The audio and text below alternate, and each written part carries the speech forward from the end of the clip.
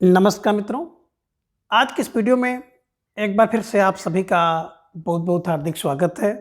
हम आशा करते हैं कि आप सभी स्वस्थ होंगे, मस्त होंगे और पूरी तरह से अपनी तैयारी में व्यस्त होंगे। तो मित्रों, आज के इस वीडियो में हम हिंदी व्याकरण के अंतर्गत एक बहुत महत्वपूर्ण टॉपिक है विराम चिन्ह। तो आज के इस वीडियो में हम विराम चिन्ह से संबंधित कुछ महत्वपूर्ण और संभावित प्रश्नों को व्याख्यात्मक तरीके से हल करेंगे और इसके साथ इन्हें ट्रिक की सहायता से याद करने का भी प्रयास करेंगे। तो हम आशा करते हैं कि वीडियो आप सबके लिए बहुत ही महत्वपूर्ण होने वाला है, इसलिए इस वीडियो को आप लोग अंत तक जरूर देखें। चैनल पर नए हैं तो चैनल को सब्सक्राइब कर लें और इसके साथ ही अगर आपको थोड़ा सा भी उचित लगे तो इस वीडियो को अपने जो परिचित लोग हैं उनके पास भी शेयर करें। तो जैसा कि स्क्रीन पर आप देख पा रहे हैं, विराम चिन्ह प्रश्नोत्तरी ऑल एग्जाम, और आज की प्रश्नोत्तरी का पहला प्रश्न है कि विराम का शाब्दिक अर्थ क्या है? ए ठहराव, बी विश्राम, सी दोनों, या फिर विकल्प डी बेशर्म। तो धीरे धीरे ढेर सारे भाई बहनों का जवाब भी आ गया कि विकल्प सी को लॉक किया जाए। तो विकल्प सी दोनों इज राइट आंसर है ना। बात करें विराम, तो विराम का मतलब होता है ठहराव या विश्राम, इसे ध्यान में आप रख लीजिएगा। ठीक है, चलिए। अब प्रश्न 2 है कि भाषा के माध्यम से जो विकार प्रकट करते हैं तो बीच बीच में सांस लेने के लिए जो ठहराव आता है उसे क्या कहते हैं? ये चिन्ह, बी मात्रा, सी ध्वनि, या फिर विकल्प डी विराम। तो धीरे धीरे ढेर सारे भाई बहनों का जवाब भी आ गया कि विकल्प डी को लॉक किया जाए। विकल्प डी विराम इज राइट आंसर है ना। देखिए, भाषा के माध्यम से जो विकार प्रकट करने के लिए हम लोग बीच बीच में सांस लेते हैं या ठहराव लेते हैं तो उसी को विराम कहते हैं। ठीक है, चलिए। अब प्रश्न 3 है कि विराम या ठहराव को दर्शाने के लिए जिन चिन्हों यानी कि चिन्ह का प्रयोग किया जाता है उसे कहते हैं? ए ध्वनि चिन्ह, बी मात्रा, सी विराम चिन्ह, या फिर विकल्प डी है विराम या ठहराव। तो अब आपको जवाब देना है कि विराम या ठहराव को दर्शाने के लिए जिन चिन्हों का प्रयोग किया जाता है उसे क्या कहते हैं? तो ढेर सारे भाई बहनों का जवाब भी आ गया सर विकल्प सी को लॉक किया जाए। तो विकल्प सी विराम चिन्ह इज राइट आंसर है ना। देखिए, जो विराम या ठहराव को दर्शाने के लिए जिन भी चिन्हों का प्रयोग किया जाता है उसी को विराम चिन्ह कहते हैं। ठीक है, चलिए। प्रश्न 4 है कि विराम चिन्ह के कितने प्रकार हैं? अब आपको यहाँ पे जवाब देना। बड़ा प्यारा सा प्रश्न है कि विराम चिन्ह के कितने प्रकार हैं, यानी कि विराम चिन्ह कितने प्रकार के होते हैं? ये 1, बी 2, सी 3, या फिर विकल्प डी 5। जवाब दीजिए और धीरे धीरे आप सबका जवाब भी आ गया अक्सर विकल्प बी को लॉक किया जाए। विकल्प बी 2 प्रकार के होते हैं, है ना, ये ध्यान में रखिएगा। और मित्रों, मेरे द्वारा जो भी प्रश्नोत्तरी कराई जाती है तो उस प्रश्नोत्तरी का उद्देश्य केवल प्रश्नोत्तरी ही नहीं है, बल्कि उसी प्रश्नोत्तरी के माध्यम से उस टॉपिक को हम 0 लेवल से लेकर के टॉप लेवल तक के प्रश्नों को कवर करने का प्रयास करते हैं। तो बिल्कुल आप देखेंगे विराम चिन्ह से संबंधित अब कोई भी प्रश्न आपका ऐसा नहीं बचेगा जो कि इस क्लास से छूट जाए, तो इसको भी आप ध्यान में रख लीजिएगा। ठीक है। अब प्रश्न 5 है कि निम्न में विराम चिन्ह के प्रकार, है ना, इनमें विराम चिन्ह के कौन कौन से प्रकार हैं? प्रश्न ये है। ए प्रधान विराम चिन्ह, बी अल्प विराम चिन्ह, सी गौण विराम चिन्ह, या फिर विकल्प डी है ए और सी दोनों। तो ढेर सारे भाई बहनों ने जवाब भी दे दिया कि सर विकल्प डी को लॉक किया जाए। अब विकल्प डी है ए और सी दोनों इज राइट आंसर, है ना। जो विराम चिन्ह होते हैं वो 2 प्रकार के होते हैं, एक तो प्रधान विराम चिन्ह और दूसरे गौण विराम चिन्ह। तो ए और सी इज राइट आंसर। जिन भाई बहनों ने विकल्प डी का चुनाव किया था बिल्कुल सही जवाब और बेहद सुंदर तैयारी, निश्चित रूप से आप सब बहुत बहुत बधाई के पात्र हैं। ठीक है, चलिए। अब प्रश्न 6 है कि ऐसे विराम चिन्ह जिनका प्रयोग अति आवश्यक हो और जिनका प्रयोग ना करने से वाक्य के अर्थ पर प्रभाव पड़ता है उन्हें कहते हैं? ए गौण चिन्ह, बी प्रधान विराम चिन्ह, सी विराम चिन्ह, या फिर विकल्प डी ठहराव। तो ढेर सारे भाई बहनों ने जवाब भी दे दिया कि विकल्प बी को लॉक किया जाए। विकल्प बी प्रधान विराम चिन्ह इज राइट आंसर, है ना। देखिए, ऐसे विराम चिन्ह जिनका प्रयोग अति आवश्यक हो, यानी कि इसका प्रयोग अगर नहीं करेंगे तो अर्थ का अनर्थ हो जाएगा, है ना, यानी कि उसके अर्थ पर प्रभाव पड़ जाएगा, तो उसे प्रधान विराम चिन्ह कहते हैं। ठीक है, चलिए। प्रश्न 7 है कि ऐसे विराम चिन्ह जिनका प्रयोग विशेष स्थानों पर हो और जिनका प्रयोग ना करने से वाक्य के अर्थ पर प्रभाव नहीं पड़ता है उन्हें कहते हैं? ए गौण विराम चिन्ह, बी प्रधान विराम चिन्ह, सी उद्धरण या फिर विकल्प डी योजक चिन्ह। तो ढेर सारे भाई बहनों ने बिल्कुल जवाब दे दिया। अक्सर विकल्प ए को लॉक किया जाए तो विकल्प ये गौण विराम चिन्ह इज राइट आंसर। बिल्कुल सही जवाब। बेहद सुंदर तैयारी आप सबकी यहाँ पर दिख रही है। अब देखिए जो प्रधान विराम चिन्ह है ना, उनके प्रयोग ना करने से अर्थ बदल जाता है, अर्थ का अनर्थ हो जाता है। और गौण विराम चिन्ह के स्थान पर अगर आप विराम चिन्ह का प्रयोग नहीं करते हैं तो बहुत ज़्यादा उसके अर्थ पर प्रभाव नहीं पड़ता है। ये भी आप ध्यान में रख लीजिएगा। ठीक है, चलिए अब प्रश्न संख्या 8 है कि एक पूर्ण विचार की समाप्ति पर निम्न में से किस विराम चिन्ह का प्रयोग होता है। यानी कि जब एक पूर्ण विचार आप क्या करते हैं, समाप्त कर लेते हैं, तो उस पर किस विराम चिन्ह का प्रयोग करते हैं। ए अल्प विराम, बी पूर्ण विराम, सी उप विराम या फिर डी अवग्रह चिन्ह। तो ढेर सारे भाई बहनों का जवाब भी आ गया। अक्सर विकल्प बी को लॉक किया जाए। विकल्प बी पूर्ण विराम इज राइट आंसर, है ना। जैसे आपने एक विचार पूरा कर लिया तो पूर्ण विराम का प्रयोग आप करते हैं। ठीक है, चलिए प्रश्न संख्या 9 है कि अपूर्ण विराम चिन्ह को एक अन्य किस नाम से जाना जाता है। ए विराम योजक, बी उप विराम चिन्ह, सी अर्धविराम या फिर विकल्प डी उद्धरण चिन्ह।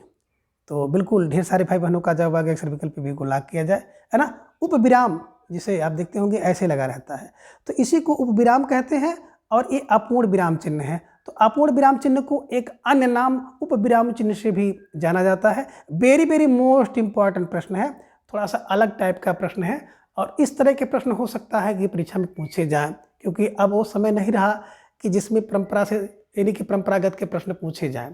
अब थोड़ा सा हटकर लेटेस्ट और कुछ शोध टाइप के प्रश्न परीक्षा में देखने को मिलते हैं। ठीक है, तो ये ध्यान में आप रख लीजिएगा कि अपूर्ण विराम चिन्ह का एक अन्य नाम है उप विराम चिन्ह। ठीक है, चलिए प्रश्न संख्या 10 है कि पूर्ण विराम और अल्प विराम चिन्ह के बीच किस चिन्ह का प्रयोग किया जाता है। ये भी बिल्कुल लेटेस्ट प्रश्न है। आप कह सकते हैं कि पूर्ण विराम चिन्ह और अल्प विराम चिन्ह के बीच में किस चिन्ह का प्रयोग किया जाता है। ए अल्प विराम चिन्ह, बी अर्धविराम चिन्ह, सी उद्धरण चिन्ह या फिर विकल्प डी योजक चिन्ह। तो आपको जवाब देना होगा और थोड़ा सा संभल कर जवाब दीजिएगा, लेकिन आप सबका जवाब भी सही आ गया। अक्सर विकल्प बी को लॉक किया जाए। अर्धविराम चिन्ह इज राइट आंसर। पूर्ण और अल्प के बीच की कड़ी है अर्धविराम, ये ध्यान में रख लीजिएगा। ठीक है, चलिए प्रश्न संख्या 11 है कि निम्न में योजक चिन्ह के नाम हैं, इन्हीं की योजक चिन्ह के अन्य कौन कौन से नाम हैं। तो ये भी ध्यान में रखिएगा, थोड़ा सा हटकर है, तो वेरी वेरी मोस्ट इंपॉर्टेंट प्रश्न है, ये भी आपको ध्यान में रखना होगा, है ना। ये कह रहे हैं कि संधि एवं विभाजक चिन्ह उसको कहते हैं, बी विभाजक चिन्ह एवं समास चिन्ह कहते हैं, सी पूर्ण चिन्ह या फिर विकल्प डी इनमें से कोई नहीं। तो प्रश्न संख्या 11 का जवाब भी ढेर सारे भाई बहनों ने दे दिया। अक्सर विकल्प बी को लॉक किया जाए। विभाजक चिन्ह एवं समास चिन्ह इज राइट आंसर। बिल्कुल सही जवाब। बेहद सुंदर तैयारी आप सबके यहाँ पर दिख रही है। ठीक है, चलिए प्रश्न संख्या 12 है ना, बहुत महत्वपूर्ण प्रश्न है, आपके स्क्रीन पर आ गया कि गोरा रंग गालों पर कश्मीरी सेव की झलक वाक्य में किस विराम चिन्ह का प्रयोग हुआ है। ए अर्धविराम, बी उपविराम, सी अल्पविराम या फिर विकल्प डी पूर्ण विराम। तो आप सब भाई बहनों ने जवाब दे दिया। अक्सर विकल्प डी को लॉक किया जाए। पूर्ण विराम, है ना, देखिए बिल्कुल पूर्ण विराम इज राइट आंसर। तो विकल्प डी जिन भाई ने चयन किया था बिल्कुल सही जवाब। बेहद सुंदर तैयारी आप सबके यहाँ पर दिख रही है। प्रश्न संख्या 13, वाक्य में थोड़ी देर के लिए रुकने या ठहरने के लिए किस चिन्ह का प्रयोग किया जाता है। थोड़ी देर के रुकने के लिए, ठहरने के लिए ए अर्धविराम, बी अल्प विराम, सी पूर्ण विराम या फिर विकल्प डी उपविराम। तो ढेर सारे भाई बहनों ने पलक झपकते ही इसका उत्तर दे दिया। विकल्प बी अल्प विराम इज राइट आंसर। देखो थोड़ी का मतलब ही होता अल्प। जब थोड़ी देर के लिए वाक्य में हम लोग रुकते हैं तो वहाँ पे अल्प विराम का प्रयोग किया जाता है, जैसे राम अल्प विराम, श्याम अल्प विराम, मोहन, है ना। तो ये ध्यान में आप रखिएगा। ठीक है, चलिए प्रश्न संख्या 14 देखिए बिल्कुल आपके स्क्रीन पर आ गया। क्या है कि छोटी हल्की गोल और किनारदार थाली लाओ में किस चिन्ह का प्रयोग किया गया है। वेरी वेरी मोस्ट इम्पॉर्टेंट प्रश्न है और मेरे ख्याल से 2016 या 17 कोई जो है GIC की PGT की परीक्षा थी, उसमें ये प्रश्न पूछा गया था कि छोटी हल्की गोल और किनारदार थाली लाओ में किस चिन्ह का प्रयोग हुआ है। अर्धविराम, अल्पविराम, पूर्ण विराम या डी उपविराम। अब आपको जवाब देना है, सोचिए समझिए और थोड़ा सा विचार करिएगा, इसके बाद का जवाब दीजिएगा। तो ढेर सारे भाई बहनों का जवाब आ गया कि सर विकल्प है ना, बी को लॉक किया जाए। विकल्प बी अल्प विराम इज राइट आंसर। देखिए, छोटी अल्प, हल्की अल्प, गोल और किनारदार थाली लाओ।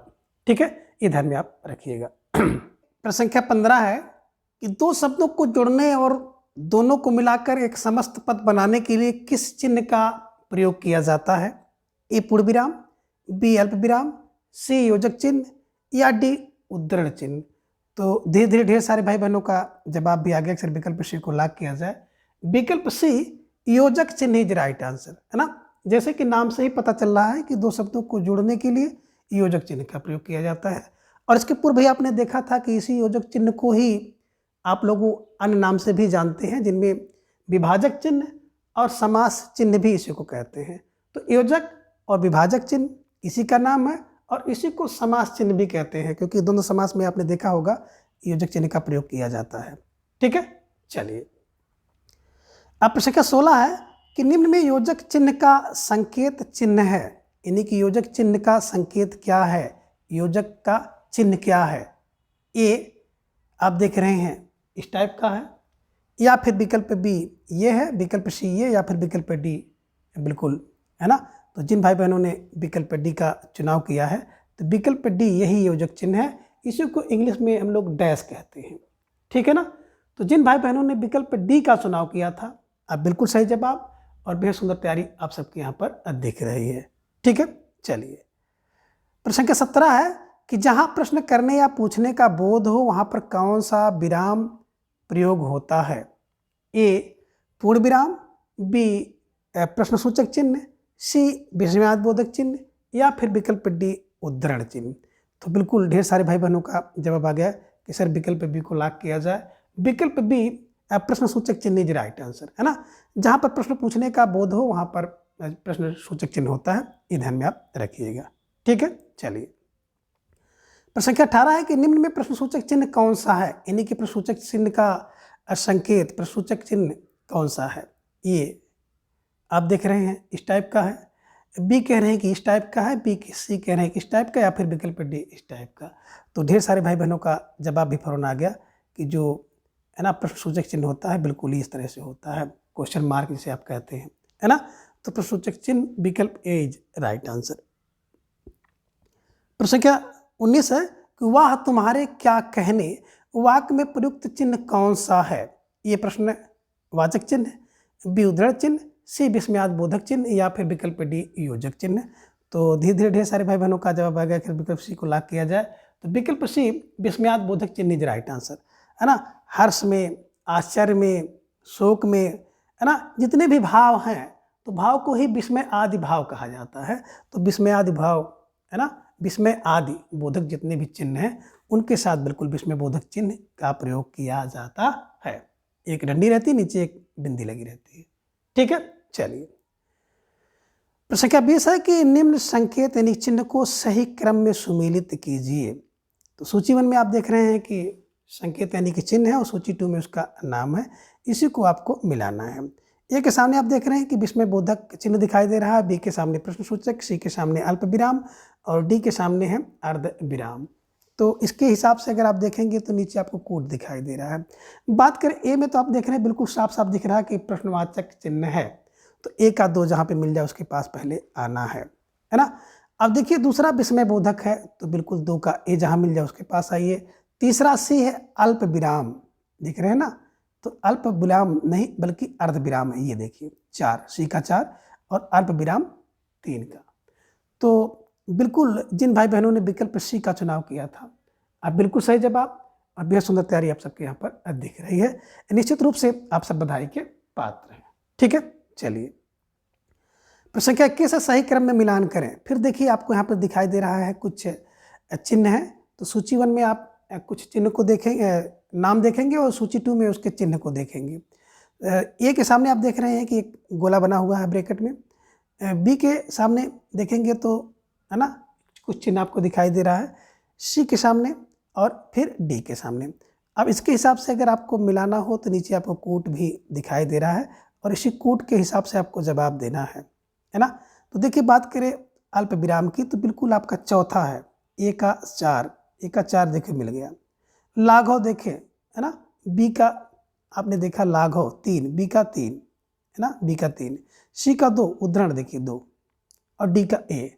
इतश्री, जब कोई कार्य शुरू हो जाता अंत हो जाता है तो उसमें देखे होंगे ऐसे ऐसे करके एक चिन्ह लग जाता है, ये इतश्री का चिन्ह है।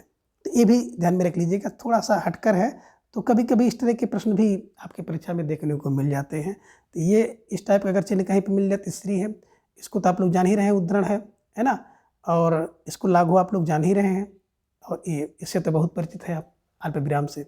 ठीक है, तो बिल्कुल सही जवाब जिन भाई बहनों ने विकल्प बी का दिया था। ठीक है, चलिए प्रश्न संख्या 22 देखिए, बड़ा महत्वपूर्ण प्रश्न आपके स्क्रीन पर आ गया, और है ना, इसमें आपके सामने प्रश्न आ रहा है कि हर्ष, विषाद, घृणा, आश्चर्य, करुणा, भय आदि भाव को व्यक्त करने के लिए किस चिन्ह यानी कि संकेत का प्रयोग किया जाता है। ए में देख रहे हैं आपके सामने दिखाई दे रहा पूर्ण विराम, बी में उद्धरण चिन्ह, सी में प्रश्न सूचक चिन्ह, और डी में आप देख पा रहे हैं अब इसमें आदि बोधक चिन्ह है ना। तो ढेर सारे भाई बहनों का जवाब भी आ गया, अक्सर विकल्प डी को लॉक किया जाए। विकल्प डी विस्मय आदि बोधक चिन्ह इज राइट आंसर, है ना। हर्ष, विषाद, घृणा, आश्चर्य, करुणा, भय आदि को व्यक्त करने के लिए विस्मय आदि बोधक चिन्ह का प्रयोग किया जाता है, ध्यान में रखिएगा। ठीक है, चलिए प्रश्न का 23 है कि महत्वपूर्ण कथन यानी कहावत के लिए किस चिन्ह का प्रयोग किया जाता है। ये कह रहे हैं कि दोहरा उद्धरण, बी इकहरा उद्धरण, सी पूर्ण विराम, या फिर विकल्प डी प्रश्न सूचक चिन्ह। तो अब ढेर सारे भाई बहनों का जवाब भी आ गया, अक्सर विकल्प को लॉक किया जाए, दोहरा उद्धरण इज राइट आंसर, है ना। कोई महत्वपूर्ण कथन हो किसी का या कोई कहावत हो तो उसके लिए दोहरा उद्धरण का प्रयोग किया जाता है। देखे होंगे डबल उल्टा कामा के अंदर वो बात लिखी जाती है। ठीक है, चलिए प्रश्न का 24 है किसी विचार या भाव के स्पष्टीकरण के लिए किस चिन्ह का प्रयोग किया जाता है। ए विवरण चिन्ह का, बी निर्देशक का, सी उद्धरण चिन्ह का, या फिर विकल्प डी कोष्टक का। तो किसी विचार या भाव के स्पष्टीकरण के लिए किस चिन्ह का प्रयोग किया जाता है। देखे होंगे ना, किसी का विचार होता है, किसी का भाव होता है, जब उसको बहुत स्पष्ट करना होता है ना, तो स्पष्ट करने के लिए उस चीज को कहाँ डाल देते हैं, आप बताइए। हाँ, निर्देशक, उसको निर्देशक चिन्ह का प्रयोग किया जाता है। किसी का भाव उसको स्पष्ट करने के लिए निर्देशक चिन्ह का प्रयोग किया जाता है। ठीक है, चलिए अब प्रश्न के 25 है कि निम्न में असंगत विकल्प कौन सा है। ए देख रहे होंगे संक्षेप, सामने बिंदी लगी है, लोभ के सामने आपको एक चिन्ह बना हुआ है, तारक के सामने आपको स्टार दिखाई दे रहा है, और निर्देशक के सामने आपको एक डैश दिखाई दे रहा है। तो इसमें कह रहे हैं कि कौन असंगत है, यानी कि किसका चिन्ह जो है सही नहीं है। तो धीरे धीरे ढेर सारे भाई बहनों का जवाब भी आ गया कि सर विकल्प सी को। देखिए लोभ सूचक की बात करते हैं तो लोभ सूचक का नहीं बल्कि लाघव का चिन्ह है ना। लोभ में आपको ऐसे ऐसे कट कट दिखाई देता है, जब कोई चीज लोप हो जाता है, कट जाता है, तो उसके स्थान पर इस तरह के चिन्ह का प्रयोग किया जाता है। ये भी आप ध्यान में रखिएगा। ठीक है, अब प्रश्न 26 है कि विवरण चिन्ह का संकेत कौन सा है।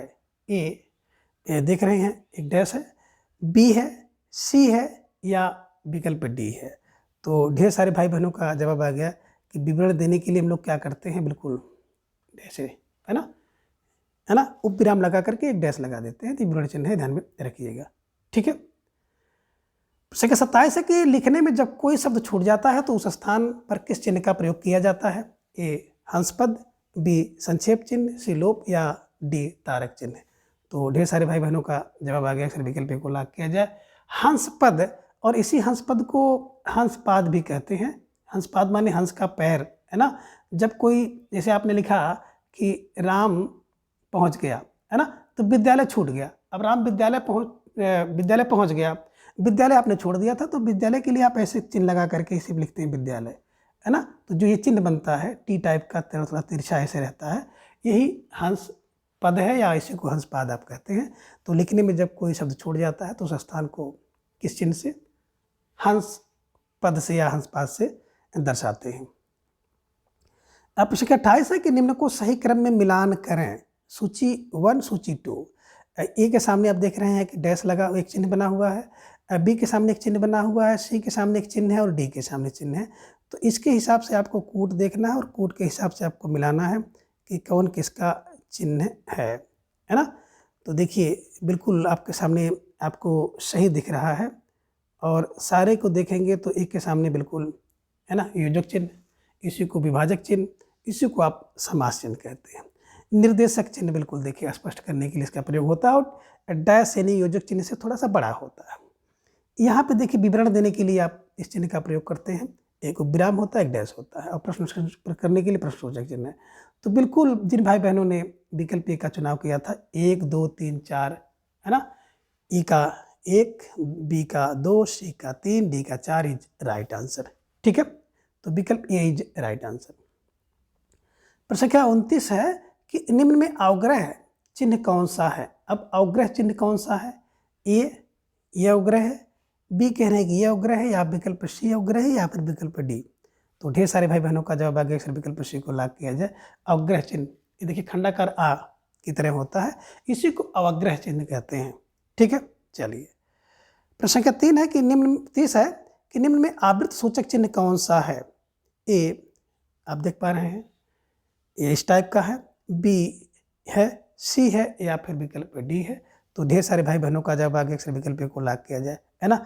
आवृत्त सूचक जैसे कोई शब्द आपने लिखा है राम, और इसके नीचे भी यही चीज़ लिखना है, तो इसे को अंग्रेजी में कहते हैं एज ऑन, है ना, कहते हैं एज ऑन का प्रयोग कर दीजिए। तो यही एज ऑन है, जैसे ऊपर है वैसे नीचे है, तो आवृत्त सूचक चिन्ह यही है, विकल्प ए इज राइट आंसर। ठीक है, चलिए प्रश्न क्या लिखते हैं कि निम्न में से हिंदी भाषा का स्वयं का चिन्ह है। अब देखें इनमें से केवल एक चिन्ह ऐसा है जो कि हिंदी भाषा का खुद का है, बाकी ज़्यादातर चिन्ह आप देखेंगे तो अंग्रेजी भाषा के हैं, है ना। कौन सा है, ए कह रहे हैं कि स्टार तारक चिन्ह है, बी कह रहे हैं अल्प विराम है, सी कह रहे हैं विस्मयाद बोधक है, या फिर विकल्प डी पूर्ण विराम है। तो जवाब दीजिए। वेरी वेरी मोस्ट इंपॉर्टेंट प्रश्न है, उस टाइप का प्रश्न आपकी परीक्षा में पूछा जा सकता है कि निम्न में हिंदी भाषा का स्वयं का चिन्ह कौन सा है। तो ढेर सारे भाई बहनों का जवाब आगे अक्सर विकल्प डी को लाग किया जाए। विकल्प डी विराम पूर्ण विराम चिन्ह इज राइट आंसर, है ना। जो पूर्ण विराम चिन्ह है यही हिंदी भाषा का चिन्ह है, बाकी जितने भी चिन्ह हैं सब चिन्ह अंग्रेजी भाषा से लिए गए हैं, ये ध्यान में आप रख लीजिएगा। ठीक है, चलिए अब प्रश्न संख्या 32 आपके सामने आ गया कि त्रियक चिन्ह कौन सा है। अब आपको जवाब देना है कि त्रियक चिन्ह कौन सा है। ए कह रहे हैं कि ये त्रियक है, बी कह रहे हैं ये त्रियक है, सी कह रहे हैं कि ये, या फिर विकल्प डी। तो ढेर सारे भाई बहनों का जवाब आ गया सर विकल्प डी को लाग किया जाए, यही त्रियक चिन्ह है ना। ये तो आप देख रहे हैं योजक है, ये तो आप देख रहे हैं लाघव है, ये देखिए है ना तुल्यता सूचक शब्द है, ये ध्यान में रखिएगा, तुलना सूचक। तो जिन भाई बहनों ने विकल्प डी का चुनाव किया था बिल्कुल सही जवाब। अब बेहद सुंदर तैयारी आप सबके यहाँ पर दिख रही है। प्रश्न संख्या 33 है कि निम्न में तारक चिन्ह कौन सा है। अब आपको जवाब देना है कि तारक चिन्ह इसमें कौन है, ए या फिर बी या फिर सी या डी। तो ढेर सारे भाई बहनों का जवाब आ गया कि सर विकल्प ए को लाग किया जाए, है ना। बिल्कुल तारा की तरह चिन्ह होता है, स्टार की तरह, और इसी को तारक चिन्ह कहते हैं, ध्यान में आप रखिएगा। ठीक है, चलिए प्रश्न संख्या 34 है कि आप देख पा रहे हैं यहाँ पे कुछ है ना कट कट आपको लगा हुआ है। जानवरों को इसकी ज़रूरत नहीं है, अप्रयुक्त चिन्ह कौन सा है। तो इस चिन्ह को आपको पहचानना कौन सा चिन्ह है, ए लाघव, बी अल्प विराम, सी हंसपाद, या डी लोप सूचक। तो ढेर सारे भाई बहनों का जवाब आ गया कि सर विकल्प डी को लाग किया जाए, ये लोप सूचक चिन्ह है ना। जब कोई चीज़ छूट जाती है तो उसके स्थान पर कट कट करके लगा दिया जाता है, एक्स करके, यही लोप सूचक चिन्ह है। ठीक है, चलिए प्रश्न संख्या 35 है कि निम्न को सही क्रम में मिलान करना है। सूची 1 में विराम है और सूची 2 में उसके चिन्ह हैं, तो उसी को आपको सही क्रम में मिलाना है। तो थोड़ा सा कूट भी देख लीजिएगा, इसके बाद इसका चयन आप लोग करिएगा, है ना। तो देखिए पूर्ण विराम के सामने आपको एक चिन्ह दिखाई दे रहा है, पूर्ण विराम के सामने ये है ना, और फिर इसके सामने ये सब तो आप देख रहे हैं। अब इसको मिलाइए। बात करें ए में पूर्ण विराम, तो पूर्ण विराम एक के साथ दो, अब एक के साथ दो कहाँ पे मिलाइए, अपूर्ण विराम देखिए है ना, यहाँ पे एक के साथ दो जगह दो मिला है, आइए है ना। फिर कह रहे हैं कि बी के साथ अपूर्ण विराम यह है, इसी को आप विराम कहते हैं, तो बी का 4। सी अर्ध विराम है ना, तो अर्ध विराम आप देख रहे हैं यहाँ पे है, और अल्प विराम 3 पे है, तो ये एक, सी का ए और डी का 3। तो विकल्प D is a right answer, है ना। जिन भाई बहनों ने विकल्प डी का चुनाव किया था, बिल्कुल सही जवाब। बेहद सुंदर तैयारी आप सबके यहाँ पर दिख रही है, ठीक है ना। देखिए पूर्ण विराम को सब लोग जान रहे हैं कि बिल्कुल पूर्ण विराम है। अपूर्ण विराम की बात करते हैं तो अपूर्ण विराम ये देखिए, और इसी को आप विराम कहते हैं। अर्ध विराम बिल्कुल देखिए एक बिंदी नीचे यह होता है, और अल्प विराम बिल्कुल। तो थोड़ा सा चिन्हों को पहचानना बहुत जरूरी है, क्योंकि चिन्ह से संबंधित प्रश्न तो आपकी परीक्षा में पूछे जाएंगे, है ना। ये ध्यान में आप रखिएगा। प्रश्न संख्या 36 है कि द्वंद्व समास के दोनों पदों के बीच कौन सा चिन्ह का प्रयोग किया जाता है। ये कह रहे हैं कि अल्प विराम, बी अर्धविराम, सी योजक, या फिर विकल्प डी उपविराम। तो ढेर सारे भाई बहनों का जवाब आ गया, अक्सर विकल्प सी को लॉक किया जाए, है ना, योजक चिन्ह। और इसी योजक चिन्ह को विभाजक चिन्ह कहते हैं, और इसी को समास चिन्ह कहते हैं। और समास चिन्ह है तो द्वंद्व समास के जो दोनों पदों के बीच में इसी योजक चिन्ह का प्रयोग किया जाता है, ये आप ध्यान में रखिएगा, ठीक है। चलिए प्रश्न संख्या 37 है कि, है ना, ब्रैकेट में दिए गए संकेत का प्रयोग कब किया जाता है। एक संकेत आप देख रहे हैं, चिन्ह देख रहे हैं, कब प्रयोग किया जाता है। ये कह रहे हैं कि वाक्य में छोड़े गए स्थान पर, बी दूसरे की युक्ति को उद्धृत करने के लिए, सी कह रहे हैं कि जहां वाक्य पूरा होता है वहां पर, या फिर विकल्प डी पढ़ते समय थोड़ा देर रुकने के लिए। अब आपको जवाब देना है प्रश्न संख्या 37 का। वेरी वेरी मोस्ट इंपॉर्टेंट प्रश्न है, और थोड़ा सा दिमाग लगाकर आपको इसका जवाब देना होगा। और ढेर सारे भाई बहनों का जवाब आ गया कि वाक्य में छोड़े गए स्थान पर इस प्रकार का चिन्ह दिया जाता है। और आप बचपन से ही देखते आ रहे हैं ना कि कहते नहीं रिक्त स्थान की पूर्ति करिए, तो ऐसे डट डट लगा करके छोड़ दिया जाता था, बिंदी बिंदी, और उसमें भरना होता था, है ना, कि वायुमंडल में सबसे ज़्यादा गैस, इसके बाद ऐसे बना कर छोड़ दिया जाता था।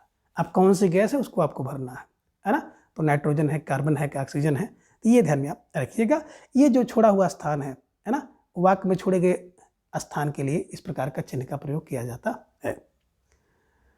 अब प्रश्न संख्या 38 है कि निम्न में कौन सा योजक चिन्ह है। अब आपको जवाब देना है कि इनमें कौन सा एक योजक चिन्ह है। ए है, बी है, सी है, या फिर विकल्प डी।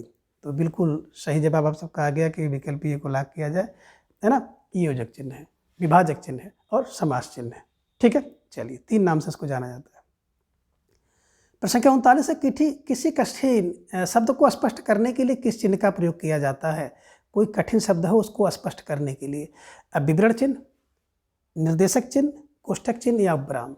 तो बिल्कुल आपका जवाब आ गया, अक्सर विकल्प सी को लॉक किया जाए। विकल्प सी कोष्ठक चिन्ह का प्रयोग किया जाता है। कोई बात होती है, कठिन होता है, उसको स्पष्ट करने के लिए कोष्ठक में डाल दिया जाता है, ब्रैकेट में ये, है ना, ठीक है।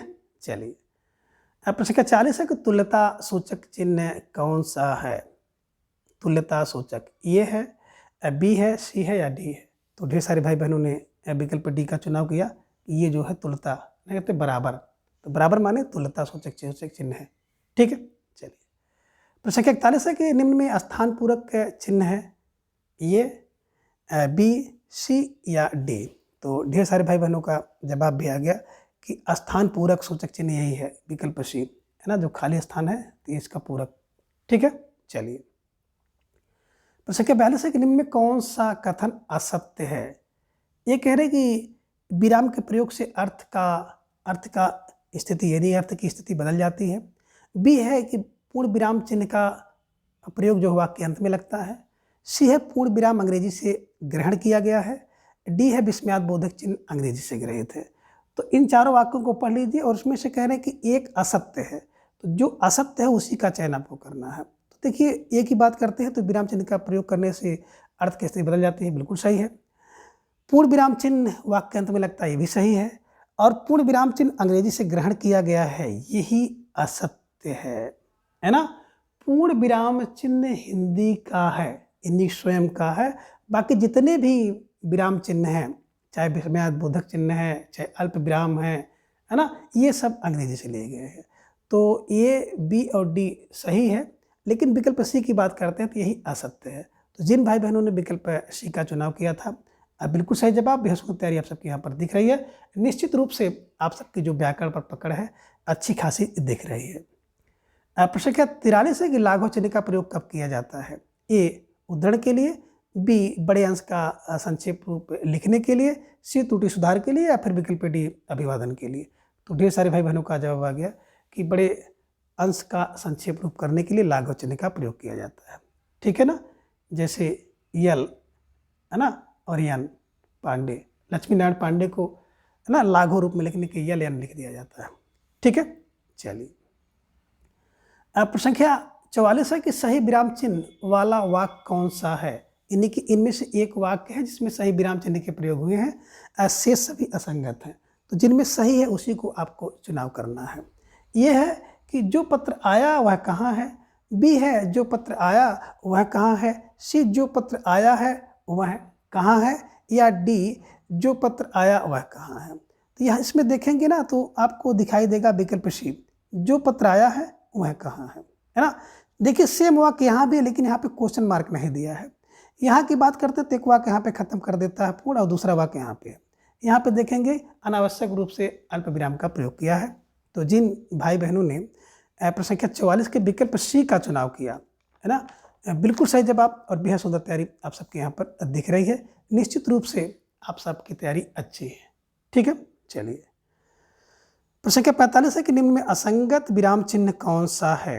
ए तुल्यता का चिन्ह है, बी तारक चिन्ह है, सी उद्धरण है, डी योजक है। तो ढेर सारे भाई बहनों का जवाब आ गया अक्सर विकल्प सी को लाग किया जाए। ये उद्धरण चिन्ह नहीं, उद्धरण चिन्ह तो इस तरह से होता है ना, ये उद्धरण चिन्ह नहीं है, ये ध्यान में आप रखिएगा। उद्धरण सिंगल और डबल दोनों में होता है ना। ये निर्देशक चिन्ह है। तो जिन भाई बहनों ने विकल्प सी का चुनाव किया था आप बिल्कुल सही जवाब और बेहद सुंदर तैयारी आप सबके यहाँ पर दिख रही है। प्रश्न संख्या 46 है कि निम्न में सही विराम चिन्ह वाला वाक्य है।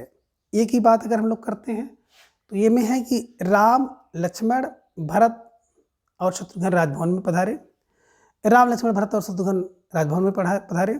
सी है कि राम लक्ष्मण भरत और शत्रुघ्न राजभवन में पधारे, और डी है राम लक्ष्मण भरत और शत्रुघ्न राजभवन में पधारे। तो कह रहे कौन सही विराम चिन्ह वाला वाक्य है। ढेर सारे भाई बहनों का जवाब आ गया अक्सर विकल्प सी को लाग किया जाए। देखिए राम कामा लक्ष्मण कामा भरत और शत्रुघ्न राजभवन में पधारे। यहाँ पे देखेंगे तो राम के पास एक कामा लगना था, नहीं लगा था, है ना। यहाँ पे देखेंगे तो राम के पास लगा लेकिन लक्ष्मण के बाद नहीं लगा। यहाँ पे देख रहे हैं किसी में नहीं लगा है। तो सबसे शुद्ध जो आपका वाक्य था विराम चिन्ह से संबंधित विकल्प सी इज राइट आंसर। ठीक है, चलिए प्रश्न संख्या 47 है कि निम्न में सही विराम चिन्ह वाला वाक्य नहीं है। अब देखिए इनमें भी वही चीज आ गई कि कौन सा वाक्य ऐसा है जिनमें सही विराम चिन्ह नहीं है। इस तरह से प्रश्न भी आपकी परीक्षा में देखने को मिलता है और ये सब प्रश्न जो है आपके किसी न किसी परीक्षा में पूछे गए हैं, है ना। ये है कि उठकर नहाकर और खाकर बिना काला चला गया, ये सही नहीं है। बी है कि छोटी हल्की गोल और किनारदार थाली लाओ, है ना। इसमें एक सही है, जो सही उसी को आपको खोजना है। सी है कि राम मोहन सुरेश और श्याम चले गए। डी है कि निश्चय ही यह सत्य है। तो अब सही विराम चिन्ह वाला कौन सा वाक्य है। तो धीरे धीरे यहाँ पे होना था उठकर नहाकर, है ना। कौन एक नहीं है, कौन यह कह रहे हैं कि सही विराम चिन्ह वाला वाक्य नहीं है, एक कौन नहीं है। तो पहला देखिए उठकर नहाकर खाकर बिना तो सही है। दूसरा भी सही है कि छोटी हल्की गोल और किनारदार थाली, ये भी सही है। तीसरा की बात करते हैं तो देखिए यहाँ पर एक अल्प विराम होना था, राम अल्प विराम मोहन अल्प विराम सुरेश और श्याम घर चले गए, डी भी सही है। तो एक जो है सही नहीं है विकल्प सी, है ना। राम कामा होना था, मोहन कामा सुरेश और श्याम घर चले गए, यही जो है वाक्य सही नहीं है। बाकी तीन के तीनों वाक्य सही है, ध्यान में रखिएगा। ठीक है, चलिए अब प्रश्न संख्या 48 है कि जहां घूसखोरी का बाजार गर्म है वहां ईमानदारी कैसे टिक सकती है। वाक्य में कौन सा चिन्ह है। ये कह रहे हैं कि संबोधन बोधक चिन्ह, बी योजक चिन्ह, सी प्रश्न सूचक चिन्ह, या डी अल्प विराम चिन्ह। तो बिल्कुल जहाँ घुसखोरी का बाजार गर्म है वहाँ कौन टिक सकता है, तो यहाँ पे प्रश्न सूचक चिन्ह होना था। और जिन भाई बहनों ने विकल्प सी का चुनाव किया बिल्कुल सही जवाब। बेहद सुंदर तैयारी आप सबके यहाँ पर दिख रही है। ठीक है, चलिए अब प्रश्न संख्या 49 है कि कामायनी की कथा संक्षेप में लिखिए। कामायनी में विराम चिन्ह है, अल्प विराम चिन्ह, योजक चिन्ह, इकहरा उद्धरण, या डी दोहरा उद्धरण। तो ढेर सारे भाई बहनों का जब आगे अक्सर विकल्प को लाग किया जाए, विकल्प सी को लाग किया जाए तो विकल्प सी इकहरा उद्धरण इज राइट आंसर। ठीक है ना, बिल्कुल विकल्प सी इकहरा उद्धरण ही सही है। प्रश्न संख्या 50 है कि भारतेंदु जी ने कहा देश को राष्ट्रीय साहित्य चाहिए में कौन सा विराम चिन्ह है। ये कह रहे हैं कि एक रहा उद्धरण चिन्ह, बी दोहरा उद्धरण चिन्ह, सी दोनों का प्रयोग, या डी इनमें से कोई नहीं। तो ढेर सारे भाई बहनों का जवाब भी आ गया। अक्सर विकल्प बी को लाख के ऐसा है। विकल्प बी दोहरा उद्धरण चिन्ह इज राइट आंसर, है ना। जब किसी व्यक्ति का कोई कथन हो या कोई कहावत होती है तो उसको डबल उद्धरण के अंतर्गत रखा जाता है, यानी कि दोहरा उद्धरण चिन्ह का प्रयोग किया जाता है। जैसे राम ने कहा, है ना, तो जो कहा वाक्य राम ने कहा, है ना, कि तुम जो है ना, जो कहा गया वह शब्द होता है उसको डबल इन्वर्टेड कॉमा के अंदर रखा जाता है। राम ने कहा कि रावण सावधान हो जाओ, तो रावण सावधान हो जाओ इसको डबल इन्वर्टेड कॉमा के अंदर रखा जाएगा, ये ध्यान में रखिएगा। तो जिन भाई बहनों का जवाब विकल्प बी था, अब बिल्कुल सही जवाब और बेहद सुंदर तैयारी आप सबके यहाँ पर दिख रही है। निश्चित रूप से आप सब बहुत बहुत बधाई के पात्र हैं। तो मित्रों, आज की इस वीडियो में बस इतना, और इसी के साथ आपके विराम चिन्ह से संबंधित जितने भी महत्वपूर्ण प्रश्न थे आज की इस वीडियो में कवर कर लिए गए हैं। तो इसके आगे हम लोग किसी एक नए टॉपिक को जानेंगे। तब तक के लिए आप सभी अपना ख्याल रखिए और अपना अधिक से अधिक समय अपनी तैयारी पर दें।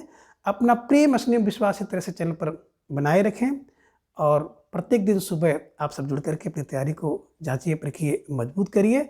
और रात में भी एक क्लास होती है तो उसको भी आप लोग देखिएगा। धन्यवाद, नमस्कार, बाय बाय।